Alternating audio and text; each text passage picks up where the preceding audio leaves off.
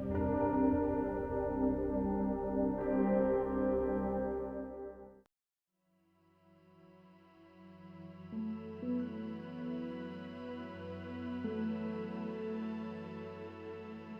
always been very surprised when people find my work varied. I always think that, yes, it is varied, but it's varied only in the subject matter. What lies underneath is always about mankind, about human condition. The idea that I take pictures of nature isn't true at all. All of my landscape are are really honed to the palm print of man's effect on their surrounding. So when I photograph landscape like in China or in Chernobyl or in Kazakhstan or Russia, it's really about the endeavor of man that's behind those pictures. And the portraiture is very much the same. I think a successful portrait is a portrait that asks as many questions as it answers. Also, if it's of a well-known person, that it's a view of that person that you're not that accustomed to.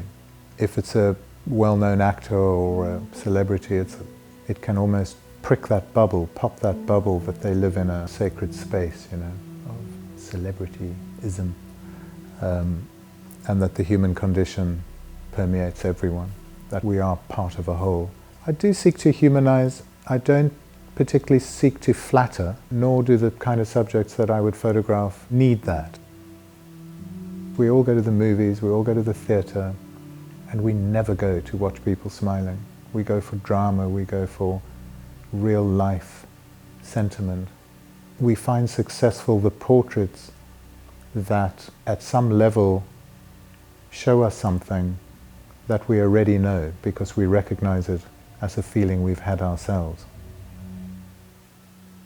The thinking behind Bacon and the Sylvester interviews of Bacon have influenced me a lot. The idea that a turned away head or a distorted head can have so much more meaning for a viewer, can intrigue a viewer so much more to usher in parts of themselves into the experience is paramount for me. The turned away head, the back of the head, the distorted, the scream, the face being covered, all of that causes such a rise as a human condition in all humans. I think my starting point is always the same. I look up how people look. So I Google and I look at images, as many as I can. I'm looking at a face because I'm trying to see how I might imagine lighting that face. And I let that be intuitive. I just trust it. Is this going to be moody? Is it going to be from the left? Is it going to be quite flat? How do I see this person showing themselves to me on a piece of paper? And I go with that. And I trust it because I think that humans show a lot. I think your story has molded your face. And I trust my homework, being the visual of a person's face, is as important as learning if they have a degree from Oxford or all the great things they might have done. Desmond Tutu is a great man, no doubt about. The Truth Commission is one of the greatest endeavors by man in my lifetime, I'm sure. But that man has got one huge presence, and a lot of it is his very, very loud guffawing and screaming with laughter, so that's the only thing in the room. And that's what I chose to print. And I also think that photographing David Bailey was one of the funniest times I've ever had, because I went to his studio, which reminded me so much of the studios that I had assisted in London. Wooden beamed and filing cabinets and a bit of a mess. But almost as soon as I started photographing him, he didn't really show discomfort, but I don't think he's used to the idea that he's not in control, and so he asked for a camera. And while I was photographing him, he started photographing me. But as I stepped back, as I had a longer lens than him, he had a wider lens, he stepped forward, and so we played this cat and mouse going around his studio, which I thought was, and everybody else around, was really funny. And he has a brilliant way of insulting you quite deeply, but you enjoy it.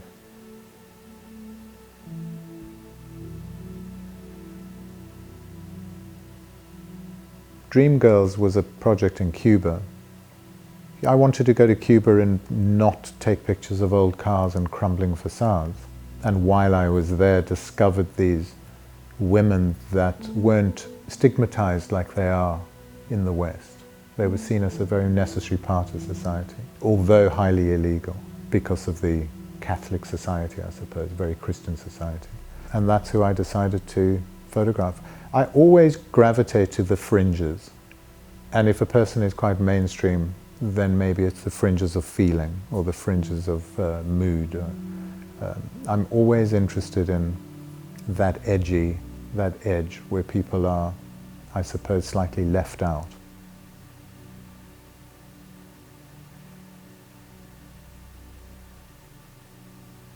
I was driving along that coastal stretch down near Dungeness, in the south coast of England.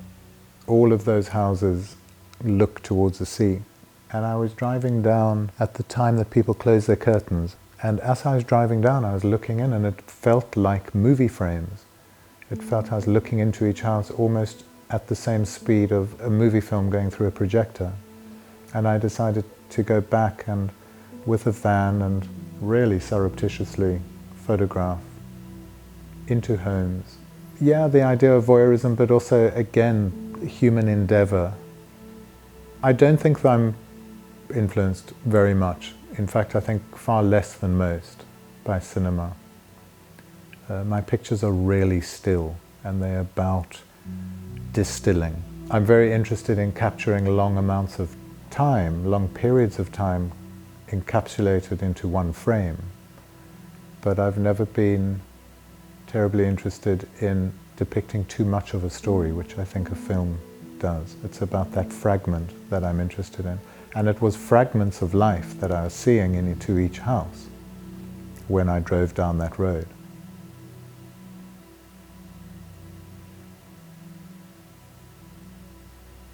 The fascination with the river when I photographed in China, the Yangtze, was not so much the river as it was a pathway through China for me, some artery that constrained me in some way.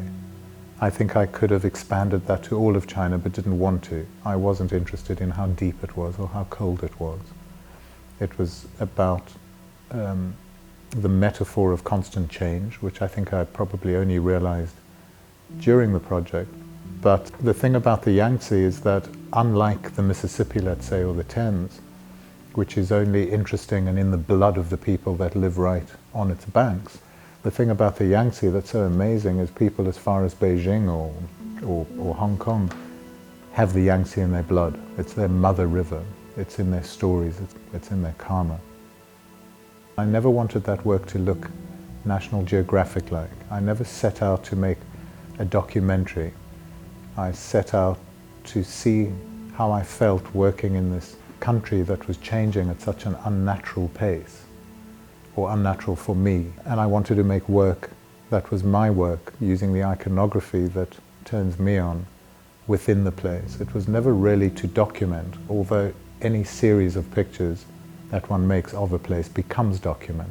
But it's never the driver for me to make documentary. I don't have a Cartier-Bresson book on my bookshelves. I'm far more interested in seeing myself mirrored in pictures. I'm interested in my inner landscape more than what I focus on within my pictures.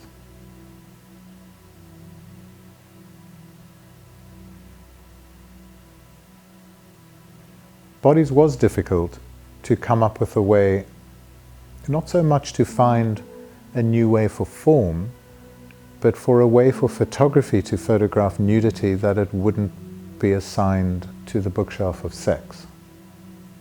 I was trying to make sculpture.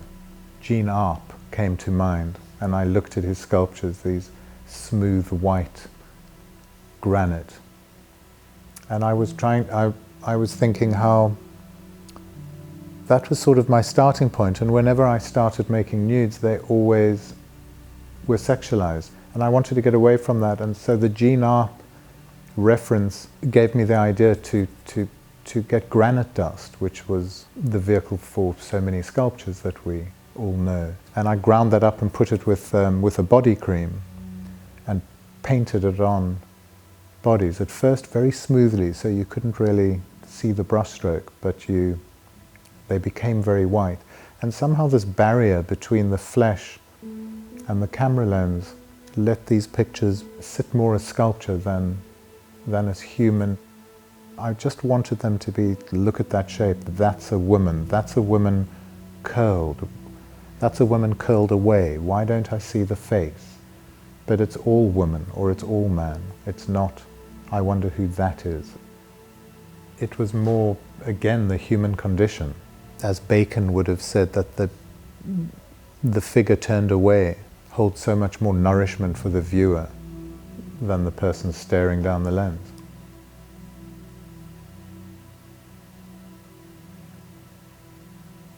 There's been a Google satellite mapping the world that has found these areas of habitation, Russia, Kazakhstan, that have never been mapped before. And I was really intrigued by the secrecy of that.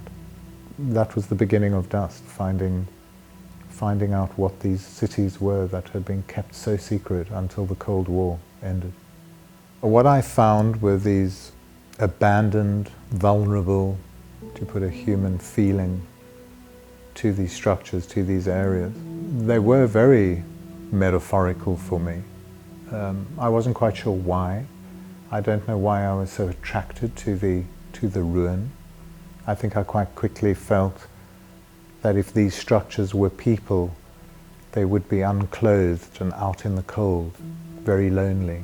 They felt quite beautiful, yet discarded.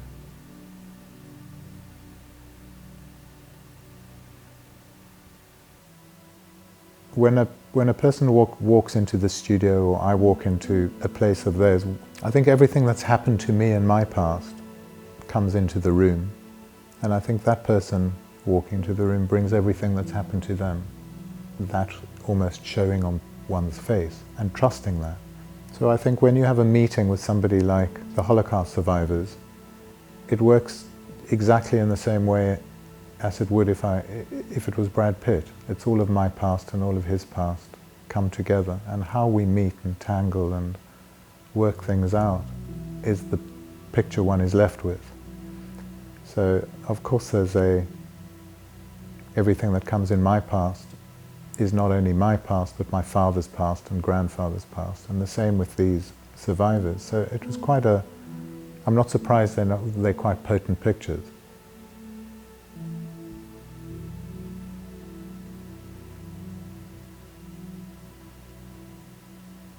Formalizing the banal is really exciting. By witnessing, by bringing presence to what we don't look at, is a very heightened sense in me.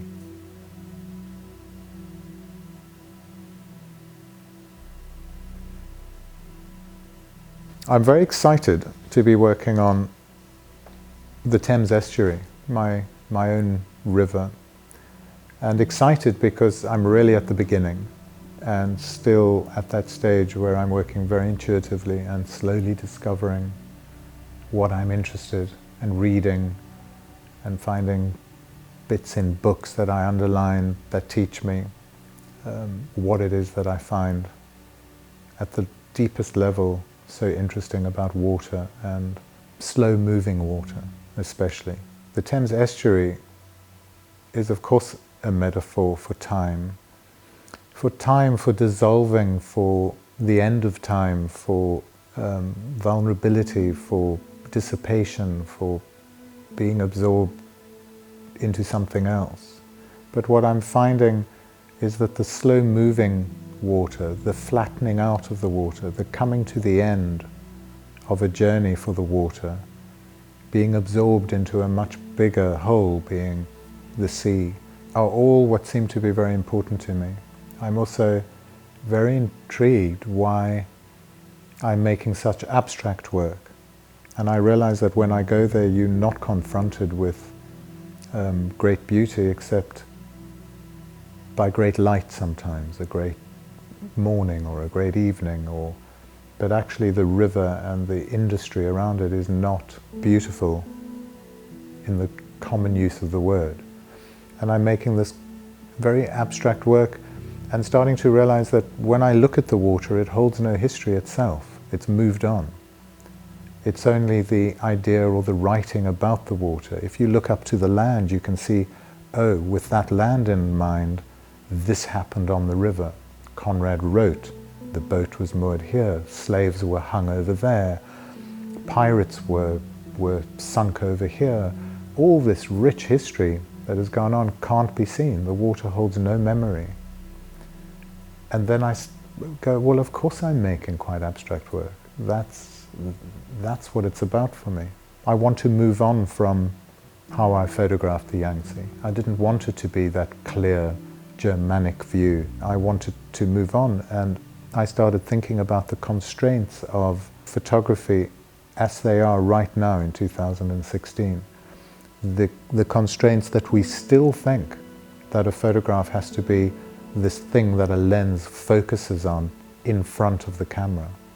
And why can't a photograph be like a Franz Klein or a Rothko? Why can't they be impressionistic?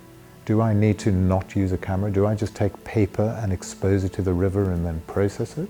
Or can I still use a camera and bring in more of me, more of the landscape of the person behind the lens? How do I tussle with that? How do I move this on? Why are we all so romantically connected to this idea that it's an instant that a photograph always has to make? I think it's just so much more exciting to work from a place of not knowing. The excitement of learning through the endeavor of taking picture after picture is for me what it's all about.